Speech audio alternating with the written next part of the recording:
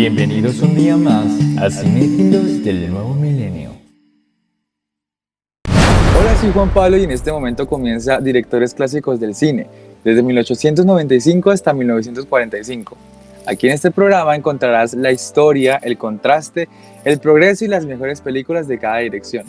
Hola Gabriela, ¿cómo estás? Hola Juan Pablo, muy buenos días, así es como usted lo menciona, acaba de empezar el programa Cinéfilos del Nuevo Milenio. Estos directores se identifican por ser pioneros en el cine sonoro, informativo y de comunicación con fines para la guerra. Pues para empezar quisiera decirles que un director de cine o director de cinematografía, como también lo llaman, es la persona que dirige la filmación de una película, da instrucciones a los actores, decide la puesta de cámara, supervisa y revisa el decorado y el vestuario. A todas estas funciones que son realmente necesarias para cuando salga la película a la luz se vea todo perfecto, es necesario llevar un tiempo de término de rodaje para así también dirigirle a cada persona que hace parte de la película su presupuesto. Previamente habrá intervenido en numerosas labores, principalmente la realización de un guión técnico que cuadre el plano, que los movimientos de cámara, que el encuadre, un objetivo de angulación, y también como la selección de casting de los actores, es decir, con el tiempo y el paso del tiempo van pasando diferentes actores que congenian o no congenian con la película que se va a lanzar al aire. De los demás profesionales, los escenarios naturales en los que se rodará la película, las decoraciones o la redacción final del guión. De todo esto se encarga un director de cine. Juan Pablo, también es importante mencionar en este programa Cinéfilos del Nuevo Milenio, los directores y las películas que más llamaron la atención de dichos directores. Esto es Súbete al bus del director. Y pues que no empezamos entonces a definir esos directores, empezar a hablar de ellos porque siento que es muy importante, ¿no? Sí, Cuéntanos es muy usted. importante, Juan Pablo. Pues entonces yo les voy a empezar hablando sobre Orson Welles. Él fue una persona, un norteamericano que revolucionó de manera drástica la radio y el teatro. A sus 25 años, de la mano de El Ciudadano Kane, la película más conmemorada de este director, protagonizó un sobresaliente debut cinematográfico que lo convirtió en el director con mayor independencia de Hollywood, Juan Pablo, es decir, el mejor pago. Al mítico film le siguen títulos como El Cuarto Mandamiento, La Sed de Mal, El Tercer Hombre o Campanadas a Medianoche, que se rodó en España. Fue un prolífico director, labor que compaginó con su faceta de actor, porque también el señor Orson Welles fue actor. Pero les voy a hablar de su película más llamativa, que fue El Ciudadano Kane. Esta película es una película dramática estadounidense de 1941, dirigida, escrita, producida y protagonizada por Orson Welles. Está considerada como una de las más grandes obras maestras de la historia del cine, siendo particularmente alabada por su innovación en la música, la fotografía y la estructura narrativa. Es importante mencionar, Juan, que estos directores fueron pioneros, como lo decía al principio, en el cine sonoro, cine informativo y de comunicación para fines para la guerra. Las dos guerras que hubo, pues esos directores hicieron, digamos, que gran parte de la historia hicieron parte esos directores que hoy vamos a mencionar, como lo fue Orson Welles. Qué buena historia. Por otro lado, tengo una historia también muy interesante, un personaje histórico, es la señora Louise Weaver, que pues ella fue una de las pioneras en el campo, digamos, de la actuación y de la cinematografía, pero teniendo en cuenta que era una mujer. En esa época no era como muy común ver que una mujer pues desempeñara un rol tan importante. Ella vivió como actriz y fue directora de cine, entre dos eras y pasaba radicalmente entre ser actriz al uso primitivo, dócil y manipulada a convertirse en directora poderosa de temas polémicos. Una especie de ambigüedad de lo que presenta el cine y de lo que realmente hay tras su industria.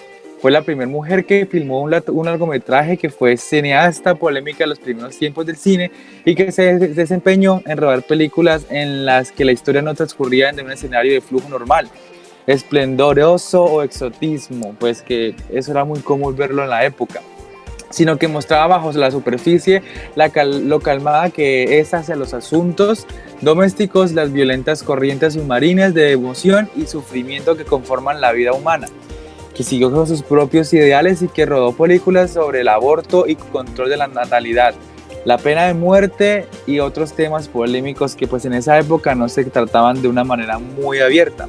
En el año 1915 era la directora más importante de la Universal, la productora tan conocida como D.W. Griffith o Cecil B. DeMille, y en 1917 levantó su propia productora, la que llamó la Louise Weaver Productions, y que pues digamos que ha filmado películas importantes dentro de su misma productora en este caso. Juan, también es muy importante destacar que esta directora, digamos que revolucionó esta parte de tocar temas que han sido un tabú en mucho tiempo, sobre el aborto, sobre temas como los que usted mencionaba ahorita. Entonces es muy importante destacarlo de la directora Lois. Sí, también pienso exactamente lo mismo porque tiene temas muy, muy interesantes. Pero habían otros directores, creo que tú tenías otro bien importante. Sí, señor, Francisco Elías Riquelme.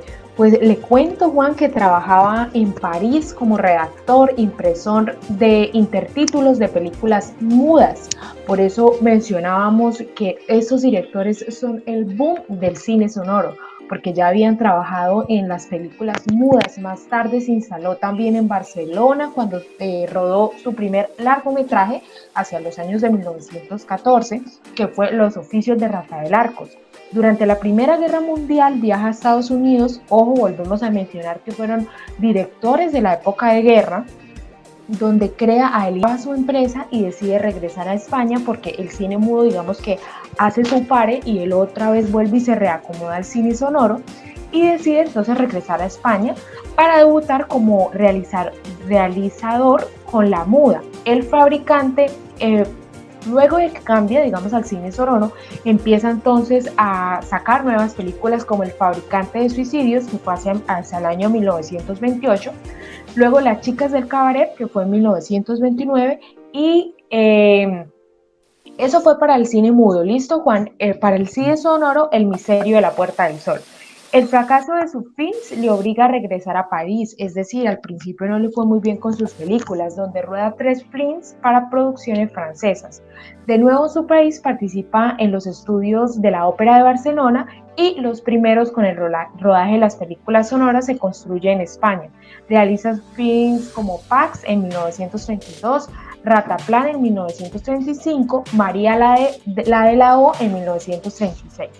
Eso más o menos es, digamos, que la historia de los directores de Francisco Riquelme, pero una de sus películas más mencionadas, que fue la del cine mudo hacia el año 1929, fue Las chicas del cabaret. Pues volvemos y mencionamos títulos de películas que pues en este tiempo era muy difícil que se mencionara. Claro, por otro lado estaba también una de las más importantes directoras de esta época que también, pues, digamos que revolucionó ese ambiente como tal, y pues es Aida Lupino. Aida Lupino pues es una actriz y directora, guionista también británica, estadounidense, o sea, tenía como una mezcla entre las dos razas, nacida el 4 de febrero del año 1918. En Londres, Inglaterra. Sus padres eran actores de teatro y por esto digamos que se le contagió a esta mujer como ese amor por el cine y por intentar hacer películas. Su padre pues era prestigioso en su momento, se llamaba Stanley Lupino, y la introducción en el mundo artístico fue un poco extraña, aunque lógica, por la influencia de sus antecedentes y tras estudiar en la Real Academia del Arte Dramático londinense, donde resultó digamos que afortunado. En el año 1932 su madre había acudido a un casting propuesto por el director Alan Dwan para la película Her First Affair en 1932, y finalmente quien consiguió el papel fue Aida, quien simplemente acudió como acompañante de su madre a la prueba, que es muy interesante pues tener como eso claro.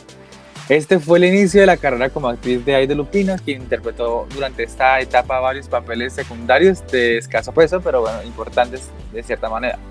Fue directora también y digamos que empezó esta labor en el cine y como en la producción del mismo, en el que demostró su buen sentido del ritmo cinematográfico, realizando producciones como Ultraje, que se estrenó en el año 1950, con Mala Powers y Todd Andrews de protagonistas. También estuvo Hard Fast en Beautiful en 1951, interpretada por Sally Forster y Kerry Trevor. El Villano también fue una película que ella hizo en 1953 con Stan Luban y Joan Fontaine. Bueno, Juan, y también es muy importante destacar la labor de las mujeres, por eso en este caso hemos mencionado muchísimo esta labor que es muy importante también para darle pie a que nosotras las mujeres también, si nos gusta este tema del cine, nos atrevamos, digamos, a explorar, que es muy bonito empezar a crear historia, a crear antecedentes y que el día de mañana también nos tengan a nosotras las mujeres como referentes del cine. Juan, otra directora que quería preguntarle sería sobre Leni, también hay apartados sobre ella, ¿qué nos podrías mencionar acerca de su trabajo? Claro, Leni Riefenstahl es una de las personas también muy importantes de esa época, en la década de 1930. Había llamado la atención de Hitler, pues que todos conocemos quién es Hitler y quién fue y todo lo que hizo. Y estaba muy cautivo por su trabajo porque pues ella representaba básicamente para él lo que era la raza aria, que pues era uno de los conceptos principales que tenía el nazismo y todo esto, ¿no? Y obviamente él se quería rodear de personas de esta manera y pues ella que representaba el cine y que hacía tantas cosas pues era como la persona indicada. Después de una reunión que tuvo con Hitler, le ofrecieron la oportunidad de dirigir una película llamada La Victoria de la Fe. Esta película fue bien interesante porque digamos que cumplía con unos patrones arios o de la época nazista, y que fue una propaganda de una hora sobre la quinta convención nacional del partido nazi, obviamente, en 1933, lo que supuso una oportunidad grandísima para ella y digamos que de esta manera demostrarle a Hitler que tenía las capacidades suficientes para poder representar lo que era esa cultura dentro del contexto cinematográfico, que es bien interesante porque durante esta época clásica del cine, digamos que sí se interviene mucho en el concepto de la propaganda política frente al cine. Es decir, habían conceptos propios del cine que aparecían en la propaganda política y viceversa para que obviamente la gente tuviera como mayor impacto de lo que pasaba. Es decir, esto funcionaba más bien como un medio de comunicación que como cualquier otra cosa, y digamos que Leni Riefenstahl representaba básicamente todo este concepto global de lo que era esa interpretación de la cultura aria. Próxima estación, invitado especial.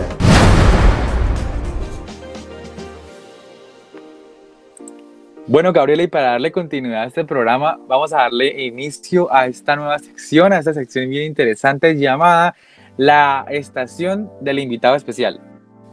Pues Juan, aquí les damos la bienvenida a César Augusto Flores Ayala, un cinéfilo que toda su vida la ha dedicado al cine, a mirar cómo ha transcurrido toda la época del cine mudo y el cine sonoro. Por eso hoy le damos la bienvenida y entramos a preguntarle cómo influyó el cine clásico en los acontecimientos de la época. Bueno, ¿cómo creo que influyó el cine clásico en los acontecimientos de la época? Creería que fue una manera de visibilizar cada una de los acontecimientos que estaban llevándose a cabo. Inclusive frente a este cine clásico hay varias películas que le avisaban al resto del mundo cómo se estaba llevando a cabo los procesos de guerras y digamos cómo iba a empezar a hacer esa evolución. Recuerdo una que es El Ciudadano Kane, y El Ciudadano Kane ya nos enseña es cómo una persona puede llegar a ser cívico. Entonces cada uno de estos movimientos del cine fueron tergiversando o fueron trascendientes en la creación de varios tipos de culturas que se empezaron a desarrollar después de las revoluciones industriales, después de la Revolución Francesa. Entonces esa es la diferencia entre el cine y de pronto lo que más adelante se convierte en la televisión. Que la televisión, su funcionalidad es entretener, el cine es arte e historia. Esa es la gran diferencia. Por tanto, siempre al ver cine vamos a estar documentándonos sobre lo que puede llegar a suceder o sobre simplemente lo que está sucediendo y hacer visibles una serie de historias. Los holocaustos, la Primera Guerra Mundial, digamos los genocidios, todo esto se cuenta a través del cine clásico.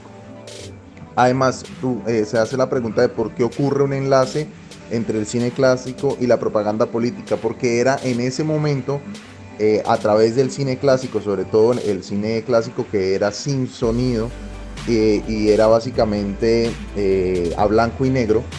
Recuerdo que pues cada una de las películas que se llevaron a cabo iban acompañadas de un piano que iba narrando a través de melodías todo lo que iba sucediendo.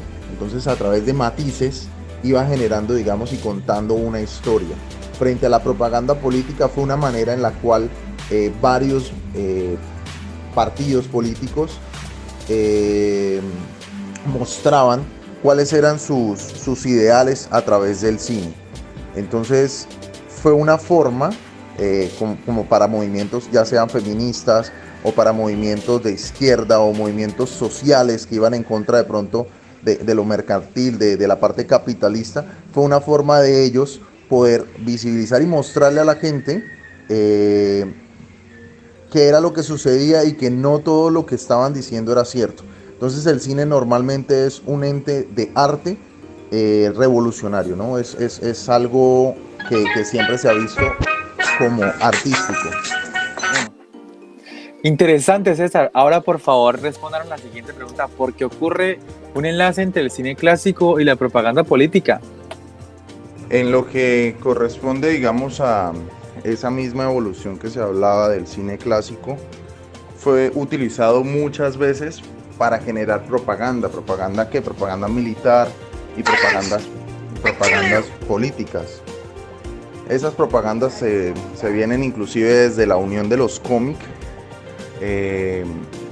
a la pantalla grande. Es decir, la primera película del Capitán América se genera en esos tiempos y era simplemente una invitación a la gente a que fuera patriota y a que directamente participara en la guerra y que fueran héroes. Entonces se crea el concepto de heroísmo, y ese concepto de heroísmo fue un concepto político, fue un concepto en donde poco a poco se iba buscando que la sociedad aceptara la guerra y aceptara cada uno de los entornos en los cuales se iba desarrollando los procesos políticos. Y una de las herramientas más poderosas en ese tiempo, por encima de la radio, ya que la radio también fue importante, fue el cine. El cine a blanco y negro, con películas como las que mencioné, Capitán América sobre la guerra, con películas también como la que mencioné anteriormente, El Ciudadano Kane, que era luego de ser heroísmo, cómo te vas a integrar a la sociedad, y entre muchas otras películas que destacaban un poco la parte política del tiempo. Muy interesante, César, lo que usted menciona, pues la propaganda siempre ha sido, digamos, que como lo mencionaba en alguna teoría, como la aguja hipodérmica para inyectarnos información. Y otra pregunta al respecto es, ¿cree que hubo evoluciones grandes en el transcurso de esta época?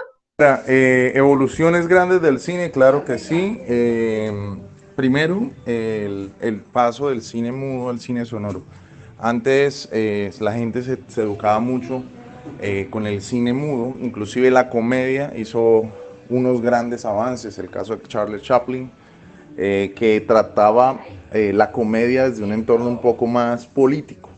Entonces mostraba, digamos, las vivencias de todo lo que había sucedido, de personas que habían sido ultrajadas de pronto en las guerras, del sueño americano. Entonces cada una de esas cosas poco a poco se fueron haciendo visibles, y el cine es el ente por excelencia de arte que más ha generado evolución a través del tiempo, y todavía lo sigue siendo. Muy interesante la intervención de César. Gabriela, siento que fue como algo que necesitábamos para tener como más fortaleza como en lo que estamos hablando y diciendo, porque pues nosotros apenas estamos como siendo empíricos en todo este proceso, por decirlo así. Entonces, César, muchísimas gracias. Ahora vamos a ir con otra sección muy interesante para que estén muy conectados con esto, cinéfilos del nuevo milenio. Este es el juego de palabras. Por otro lado, tengo como una dinámica bien interesante que quiero que usted realice conmigo, y es como que le voy diciendo palabras y usted me va contestando también con palabras, pero obviamente todo orientado al cine como para darle mayor dinamismo a este y que no se ponga como tan plano. ¿Usted qué opina? Bueno, listo, hagámoslo. No soy tan buena, pero bueno, prometo. Bueno, listo. Entonces empecemos con la siguiente palabra: Hollywood. Hollywood, actores, Época dorada. cine, Mundo sonoro o cine sonoro. Francisco Riquelme, El deseo. madre, El deseo. Mago de Oz. música, Narrativa. Orson Welles, Guerra Fría. cero, Abortos. Lois, Luis. Luis, No, No o sea, sé la- Lois. O sea, le vuelvo a preguntar Lois. O sea, usted me responde Lois y yo le digo Lois otra vez. Bueno, Gabriela, y pues como todo lo bueno se acaba, ya llegamos como al fin, ya estamos como concluyendo. No sé si usted quiera como intervenir en alguna otra cosita, decirnos alguna otra cosa, o no sé, ya empezar como a buscar el final del programa. Sí, Juan, como usted lo mencionaba, es muy importante todo lo que hablamos hoy en Cinéfilos del Nuevo Milenio. Le agradecemos totalmente a César por aceptar nuestra invitación y agradecerle a todos nuestros oyentes que muy amablemente nos están escuchando aquí por UDI Radio. Pues agradecerle también a usted, Juan, por su compañía y recordarles que estamos siempre sintonizados con el cine y todo lo que tiene que ver con el medio del séptimo arte. Esto fue Cinéfilos del Nuevo Milenio.